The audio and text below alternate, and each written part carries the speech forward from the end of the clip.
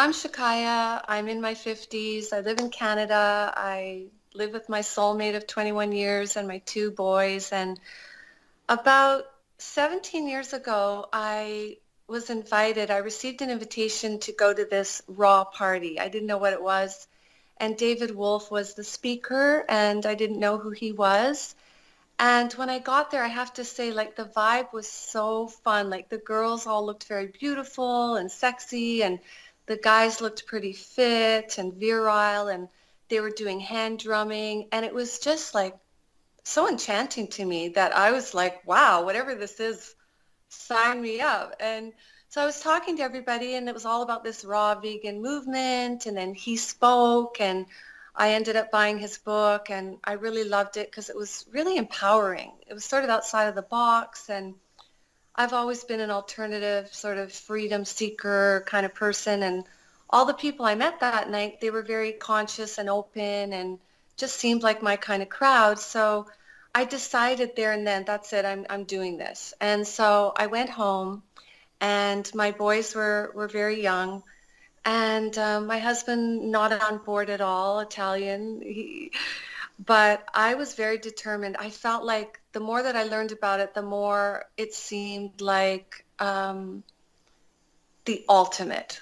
So I was unschooling my kids at home, and I thought, well, this is a wonderful complement to what I'm doing already. And it was a little tough switching everyone over, but like I said, I really felt motivated because I thought it was going to lead us to, the promised land. And a lot of times people went to bed hungry because my recipes just failed epically. But I have to say, the first year was pretty glorious. It just felt like a natural high. And then what started to happen was one of my children started to complain a lot of leg pain. And I thought it was just growing pains. And I would massage his legs at night, and then he'd wake up crying, and I'd massage his legs for an hour. And he also developed really itchy, dry skin on his legs. And I asked around in the raw community. I kind of knew everybody at that point because, just to backtrack a little bit, I had been invited to write on a blog called Raw Mom. And for some reason, my blog became so successful. It was driving so much traffic to the site that they asked me to kind of turn that blog into a full-fledged website, which I did. And then I ended up creating the very first Raw Mom Summit. So I interviewed people like David Wolf and Dr. Doug Graham and Shazzy and just all the heavy hitters in the raw movement. And so I knew everybody. So I, got like 20,000 people, or I think 12,000 to the first event. And then I did it again the next year, got 22,000. And it just grew, and I became sort of known. And so I asked everyone, Dr. Brian Clement, like just everyone, my son doesn't seem to be thriving. The other one is, but I don't know what's going on, and I'm really worried. And they all basically said, it's probably just detox, just sort of push through it. You should be getting everything on a vegan diet. He's fine, probably. And, that's scary when you're a mom of young children and it seems like someone's not doing as well. So I did continue with it for a few more months, just hoping, I guess, that it would clear up, but it didn't.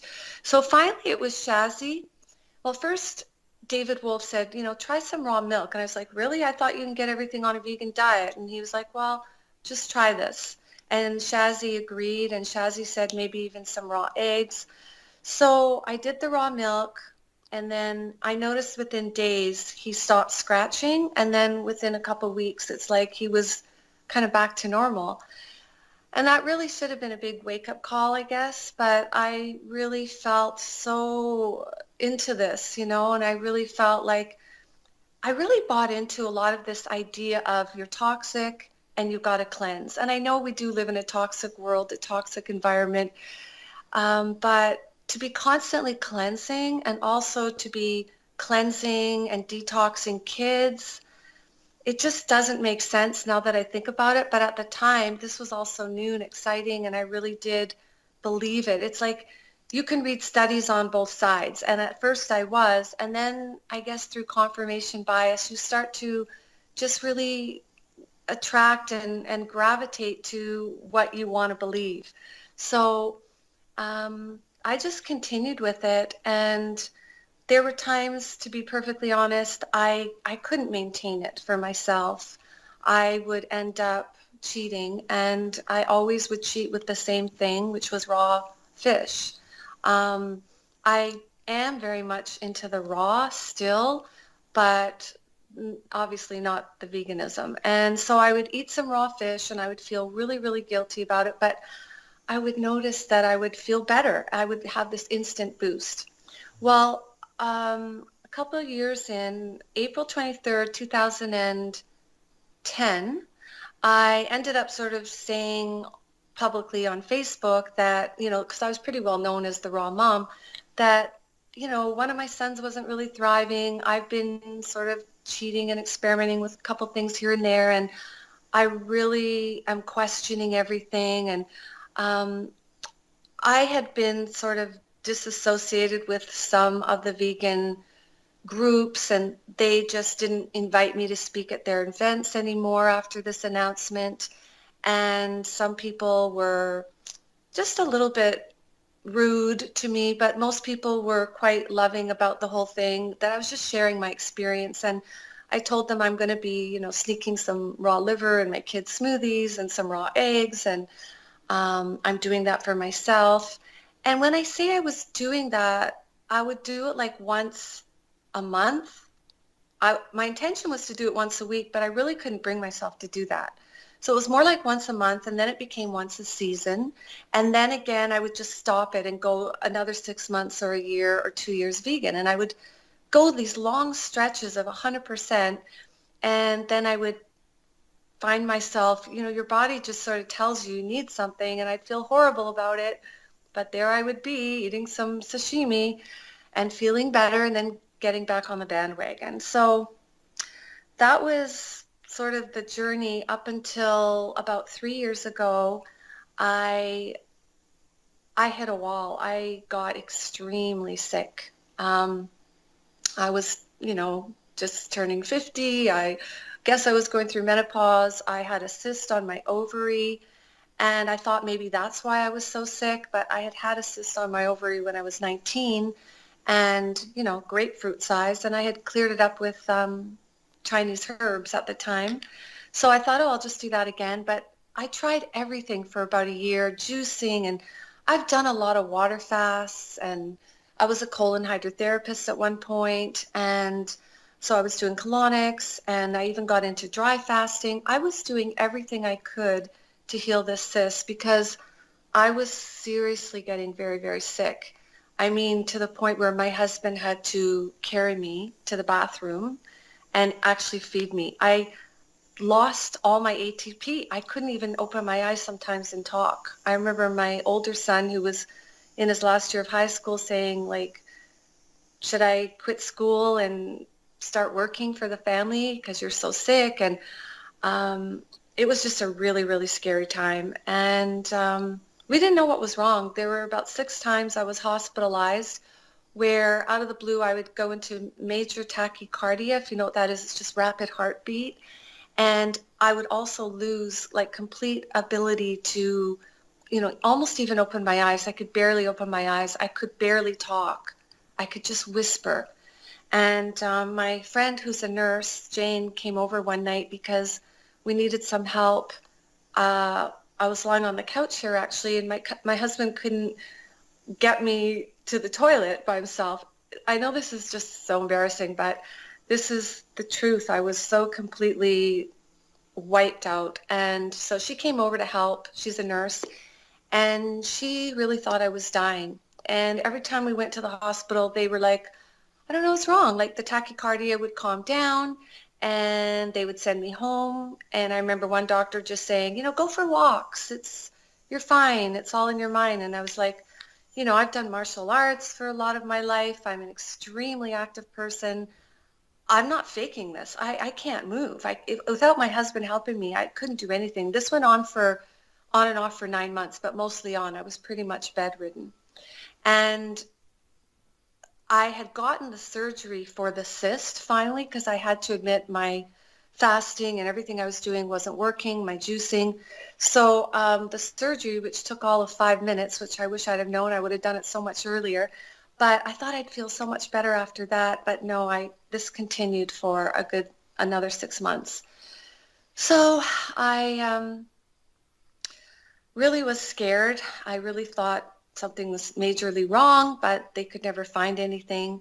So I started to slowly get better, and it's been almost 3 years. I would say I'm about 95% well, and I would say up until about almost 4 months ago, I was only about 85% better.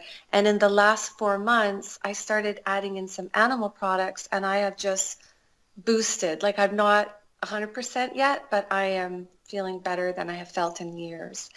And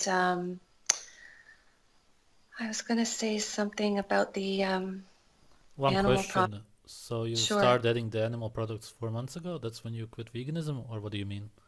Yes, Yeah, that's okay. exactly right. Well, what happened, that's what I was going to say, how I actually quit veganism. And even when I was eating some animal flesh, like the raw fish, I always thought, the ultimate is to go vegan, and I will get there. I will get back there, but I'm just going to eat a meal or two, and eventually I won't have to do this. So for me to have quit 4 months ago, it's like an experiment I'm doing, but I feel like because I've gotten such amazing results that I didn't even expect, I don't see why I would ever go back unless things shift. But what happened was I got about a year ago a toothache, went to the dentist, and I'd had quite a few cavities over the years, which really shocked me because I don't eat a lot of sugar. Although, of course, when you're vegan and raw, you're eating a lot of sugar and you don't even realize it. You're not eating processed sugar, but you're eating fruits and starchy vegetables, and it all adds up. So I got this cavity. I was doing my oil pulling and doing everything fasting again a lot, and I couldn't budge it. And he kept saying, it's infected. You're going to have to get it removed. So I tried everything, and I finally got it out about 5 months ago, 4.5 months ago. And that's when it's like a light bulb went off. When he took out my tooth, it was black. The whole thing was so rotten and so black. And I was like, this is insane. I mean, I take such good care of my teeth. I take exquisite care of my diet. How do I have all these problems? And I asked the dental hygienist who would clean my teeth over the years. I go every 3 years or so, and for a checkup and to clean my teeth. And she always looks so vibrant and her beautiful teeth. And so I asked her, what do you eat? What's your diet like? And she said, meat, dairy, nothing special. And I just thought, wow, I would give anything to have teeth like that. And over the years, I had twice broken my teeth eating a salad on a pit of an olive that I thought I had gotten them all, and obviously I didn't. And every time I broke my tooth, which happened a couple times, I thought, this is really strange. If your teeth are that weak and crumbly, how are my bones doing? And I just thought, I don't know why this is happening to me. And yeah, I think if anything, it always made me want to go further with it and try harder. And I used to feel that, maybe I'm failing the diet. And I explain it like it's almost like a love affair, that you feel this betrayal. Because I mean, I was so dedicated, I was so loyal, I was so into it. And I at first was getting results. I felt very vibrant. And then all these little things, even at one point, my hair started falling out. And I thought, gosh, I really, it sounds superficial when your hair's falling out or your skin doesn't look as nice, but I really believe those are like the canary in the coal mine, kind of giving you warnings.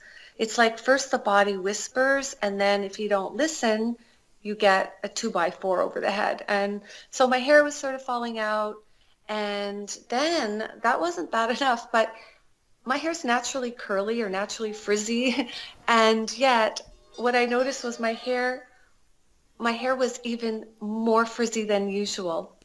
It was like a Brillo pad, like an SOS pad. And I was like, what is going on? My hair is so dry. And just little things like that. And then the teeth. And then I guess I really hit rock bottom this winter.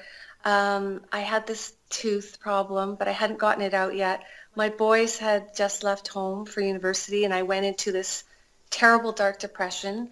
And my insomnia, which I've had all along, I've never been able to budge my insomnia. And I thought for sure eating such a clean diet, I would like definitely heal that problem.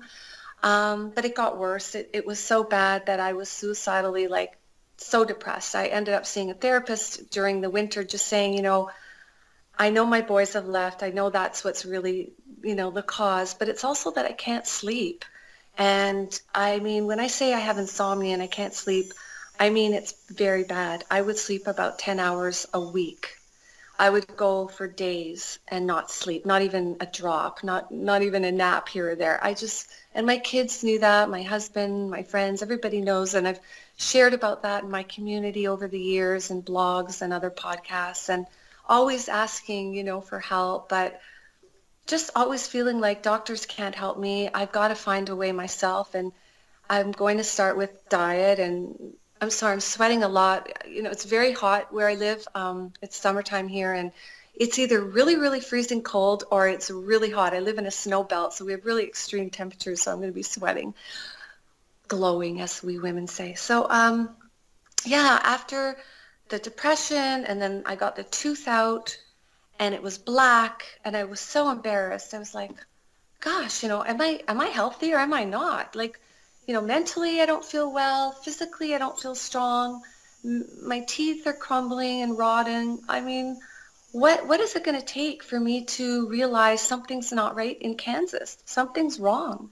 So I said, well, what am I going to do? I've always believed that it's not all about diet. There's other protocols like, grounding out in nature, and I do spend a lot of time in nature, and I have a pretty, you know, stress-free lifestyle, and good sleep hygiene doesn't seem to help. But I mean, I seem to be doing a lot of the things. The only thing I wasn't doing was, maybe eating some meat. And of course, I always thought I would never go back to that. I mean, I've actually been a vegetarian since I was 13, so going vegan wasn't that much of a leap for me. And I always thought for sure I would stay vegan. But after the tooth and the depression this year, I was ready to try anything. So I actually started with something that I thought maybe I could show you and your viewers if you want, which is Yeah. I went to the farm. I would always go to the farmers markets for my veggies. And now I started going for these duck eggs. And this one's not blue. A lot of them are blue.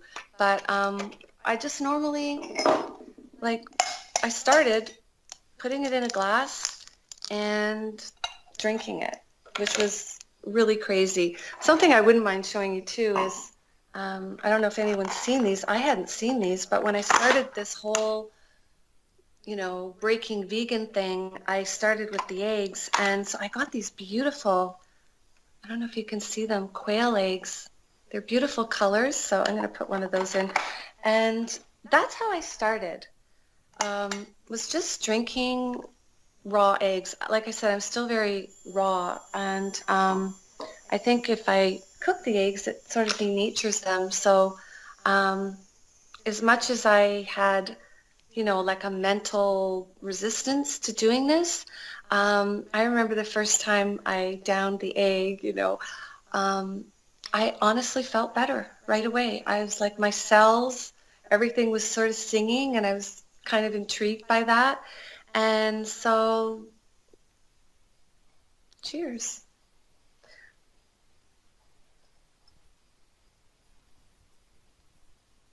It's actually very common among vegans that they automatically feel better after the first egg if it's raw. Yeah, I think when you're so depleted, you're going to notice it right away. Yeah. And I've obviously been very depleted. Dr. Carolyn Dean described it to me as, I said to her, why am I so sick? Like, especially when I crashed 3 years ago, I said, I'm doing all the right things with my diet. And she just said, well, you can go so long on a vegan diet, and people can only go so long depending on how much stores they've built up, animal fats and proteins and whatever it is. And obviously not having the animals since I was 13, became vegetarian and then went vegan, I didn't have a lot of stores. So when I hit the wall, I mean, I think I was honestly dying. I thought I was dying. And she said, you can only go so long. It's sort of inevitable. And I thought, gosh, I know quite a few vegans who were doing okay, but you never know behind the scenes, and you never really know what their little, like I said, the canaries in the coal mine, the warnings, the whispers, you don't know really what they're going through. Or it could just be that they have got a good storage base. So in my case, I was really, really depleted. So just eating the raw eggs, I feel amazing. I wouldn't do it otherwise. If there was any way that I could not do it, I wouldn't. And that's because I think I've been sort of artificially conditioned to think that this is wrong. And there's still a part of me that buys into that. But I really am starting to believe that that's just my conditioning. That's just the way the powers that be, want us to think that plant-based is very virtuous and eating animals is evil. And I don't know if people are into conspiracy theories, but it feels like it's a very easy way to control the population by making them sick and weak and lethargic. And I know when I was a vegan, I thought, I'm outside of the box and outside of the system already. And that's, I think, the appeal for a lot of people. Plus, a lot of people want to, stop animal cruelty and animal suffering. And I'm certainly for all that. But let's be real. There's a huge difference between factory farming and, raising animals on a homestead or a family farm and giving them death in a humane way so that you can live and so that you can eat. And is that not the cycle of life? And we're so conditioned now through all kinds of means to just think that animals, are our buddies and our friends. And yes, we can love animals. And I think we really should treat them properly. And if anything, this sounds crazy to a lot of vegans, but I really have come to love animals even more now, if that's possible. I always did. But now I just feel so grateful for their sustenance, for what they provide for us. And I know some people think that's crazy and evil, but if you hit a wall, like I hit a wall where my poor family, what they went through and what I went through, I have compassion for animals, but I also want to have some compassion for myself. And I didn't for so long. It was always, the idealism. And I guess it caught up with me. Now, I have to say with clients and people that I have worked with over the years, I never was about raw, or even veganism. I was always about health, and I would always tell my clients, you got to really feel into it. I don't recommend vegan for everyone. It's something I choose and I really strive for, but I don't promote it per se because I've never seen a culture, and I was a little bit nervous about, being responsible for other people. And even with my children's diet, I would sometimes sneak in some raw eggs. I know that's crazy, but I just wanted to have a little insurance policy just in case I was wrong, because I felt like I was one of the pioneers and I was doing something that's relatively new in our history. So I was hedging my bets a little bit here and there, but honestly, not enough, not enough. And even though my kids grew up really healthy and mentally, I mean, they're athletes, they're scholars, they're two of the loveliest human beings. They're very fun and they're very funny.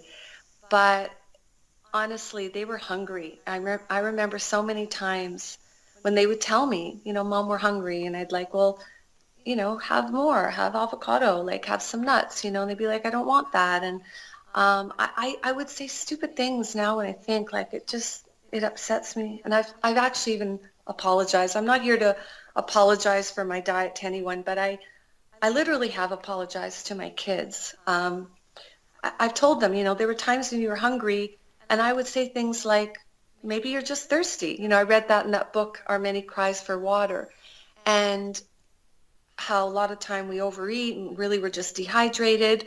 And also, like I said, I bought into this whole idea of, cleansing and fasting all the time. And I think when kids are growing, that's not a wise thing at all. And whenever they said they were hungry, I'd be like, it's good to go to bed on an empty stomach. It's healthier for you. Your body's going to run cleaner. And I truly believe this. And when I hear people say that veganism is child abuse, I have very mixed feelings about that because I was doing that.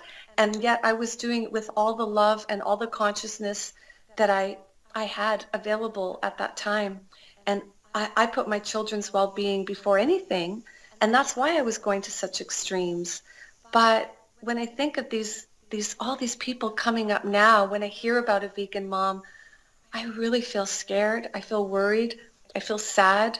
And that's why I want to share this. I'm nervous to share this message because, I've had people, be very dismayed and upset with me, disappointed, people in the community. Obviously, there's a lot of people that I inspired with my recipe books and my lifestyle.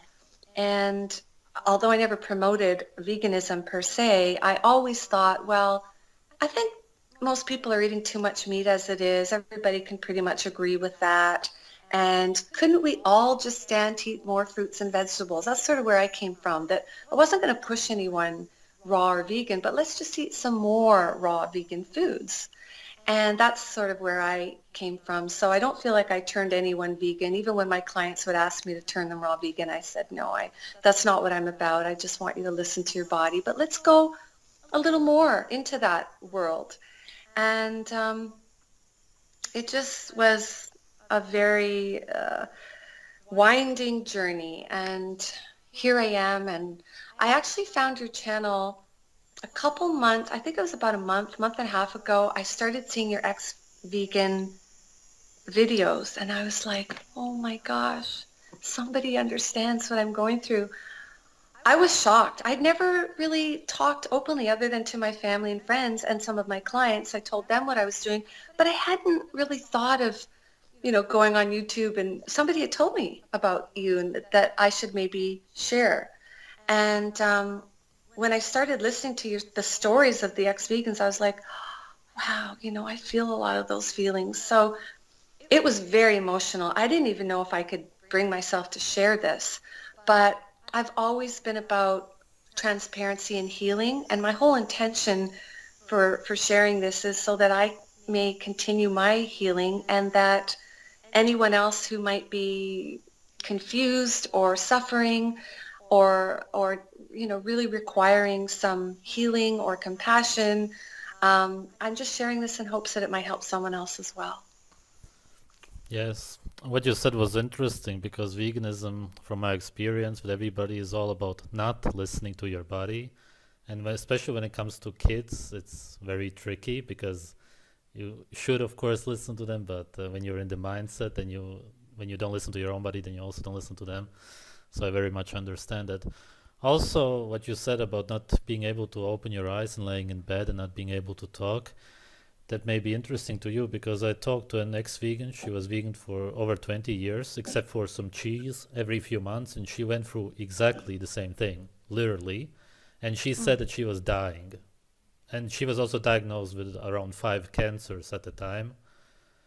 So this is pretty much what happens to long-term vegans. It's shocking because we really do believe we are doing like the best thing ever. And, speaking of the best thing ever, David Wolf used to always say, the best day ever, the best day ever. And I remember one time I was going to ask him this question at a talk, and then someone beat me to the punch and stood up and asked this question. And I was shocked at David's response. He just totally shot this guy down, which probably would have happened to me too if I'd asked it. I was so grateful the guy asked it. But he said, here we are, we're vegans, we're ecologically minded. So why are we flying these superfoods all, like the carbon footprint is so heavy, so high. And David Wolf just looked at him like he had two heads and was like, "Are you kidding me, dude? Like we have this technology and we have access to this." And I just thought that was a terrible answer because it doesn't really make sense when you're trying to eat a holistic, natural diet to be eating all these powders and all these things that are so exotic and come from faraway lands and are being shipped over. It really doesn't make sense. And so I thought about that. I've always tried to eat local, but I live in Canada and it's like snow practically 6 months of the year. So I thought, okay, I'll supplement with the superfoods. And yeah, without the superfoods, you could not. I mean, I think that's the only reason we have vegans today. You wouldn't be able to survive. I know you like to ask, supplements, so I'll tell you, I was taking, oh my gosh, spirulina, bee pollen. I was injecting myself with B12. Um, those were the main things, but I would always be trying. There's always like E3 Live, wheatgrass. Do Sorry, I was just pointing to something. It's fine. Continue. Oh, that's okay.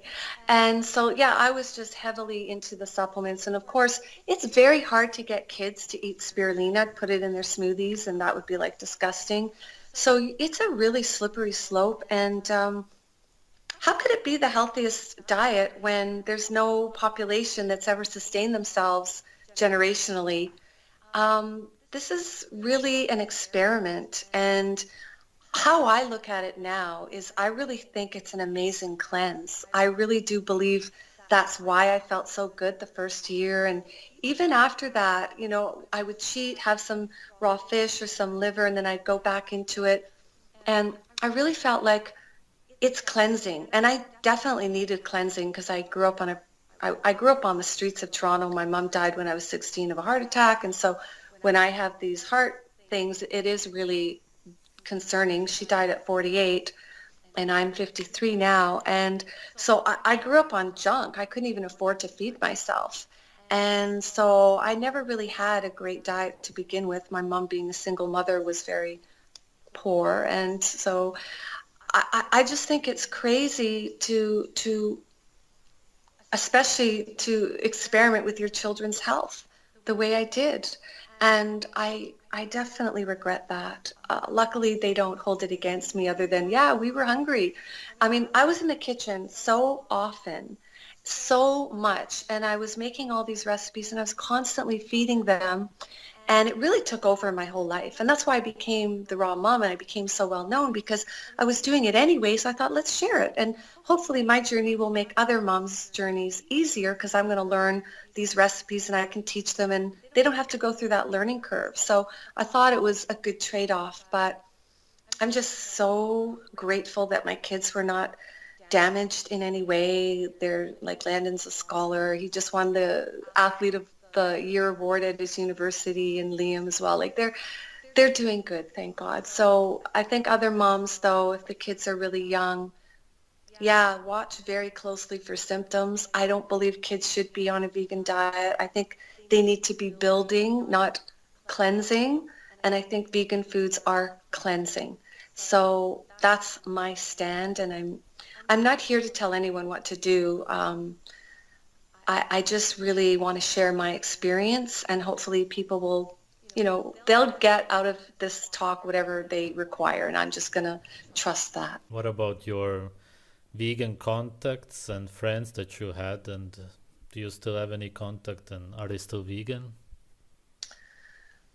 Well, the people that I know in the raw vegan community, there have been some excommunicators. For example, Daniel Vitalis, his friend, and he's gone really paleo and primal. There's probably quite a few, but I think I kept more in touch with the vegans. This is very, very new for me to be on the other side now. My vegan friends, I don't know how they're going to feel, especially, the more famous ones, whatever. I don't know if they're going to feel really upset with me. But I know Shazzy reached out to me. I recently did a Facebook Live sharing this, and she reached out saying, oh, you're, beautiful and brave, and we love you. And she did receive a lot of backlash herself at one point.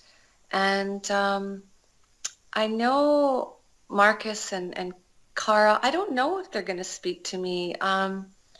Tanya Savasta, Dr. Clement, um, there's so many. I honestly don't know how they're going to feel, how they're going to take to this, or even if they care, because I was never 100% vegan and I wasn't a big push for vegan. So I don't know if they really would care about my story, but we'll see who are the real people, and we'll see. I remember when I was doing the Raw Mom Summit, I actually interviewed Marianne Williamson and Neil Donald Walsh, Byron Katie, some people who were, I thought, really positive people out in the world doing great things. They weren't raw or vegan, but I just wanted to inspire the raw moms. And even though I had all these other vegan speakers like Angela Stokes and Matt Monarch, everybody, I had these other people, and then I got criticized that not everyone that I was interviewing was raw vegan. Like, they were attacking me constantly. I wasn't vegan enough, and my panel wasn't vegan enough. And I was like, I'm not just about that. It's not a religion to me. I'm interested in health, and I tried to get this point across, and I found people very, very, I'll just use the word rude and sometimes mean.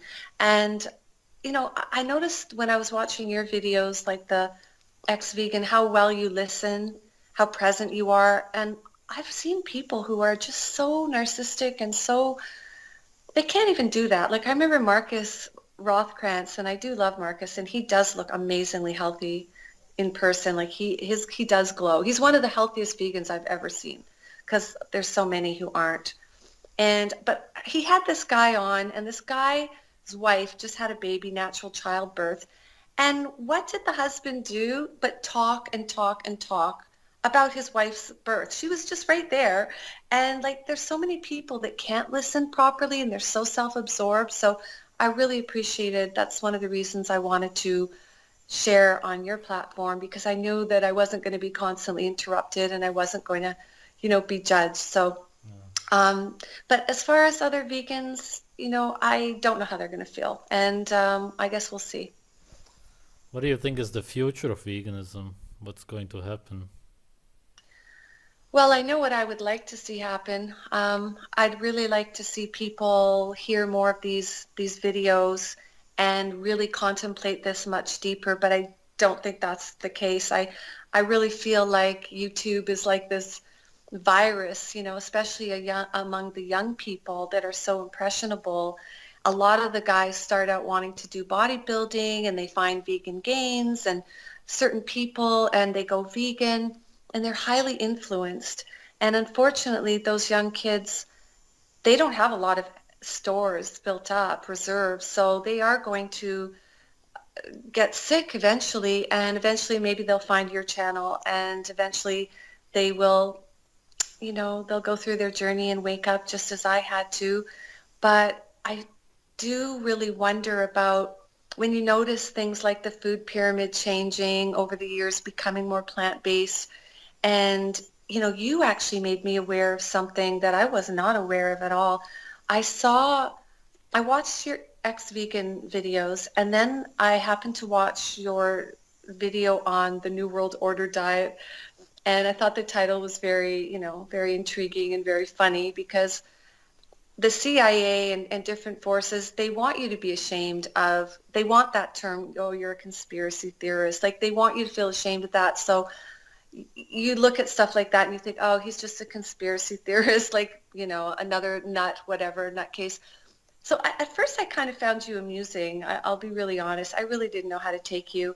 But when I saw this part in it where you're showing animals that we think are not carnivores, but they're eating other animals, I was like, well, this is very interesting. How come I never saw that? I mean, we unschooled our kids, and they had no TV, and we were always out in nature.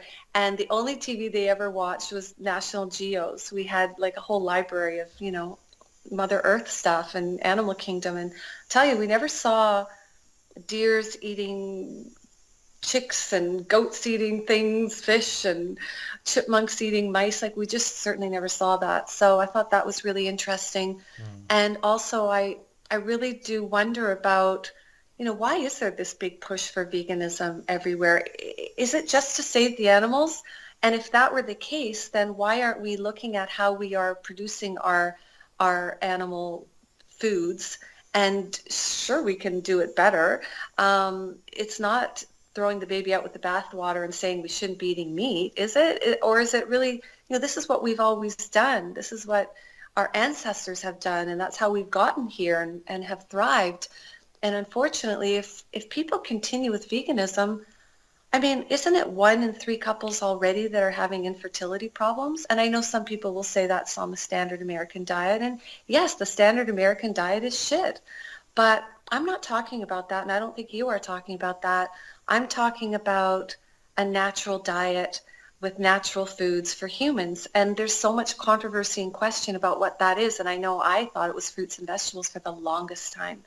I was told that, oh, there's so much protein in romaine and in these dark leafy greens. And so that's what I was filling my kids up with. And now I find out, it just isn't so. My kids started eating a lot more meat, and now they, once they left home, they do whatever they want. But even 3 years ago, I couldn't even cook for myself. So they were cooking for me, and I was, I was eating what they were making, and they were eating what they wanted. And they started eating more meat, of course, and I was getting some scrambled eggs and pasta and things that, but I just feel like there's like this sort of like this push from the top down.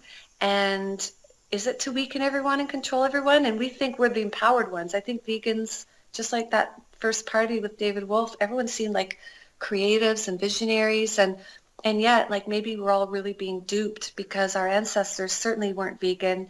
And there's actually nothing wrong with hunting and eating a natural diet for humans, which is animals. That's what we would have eaten in nature.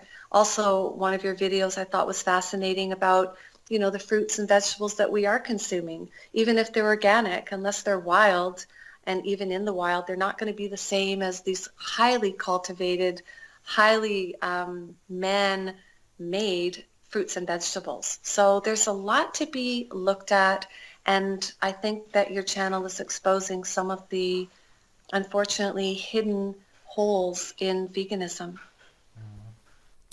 All right. Thank you. Thank you. Thank you very much, Gaddis.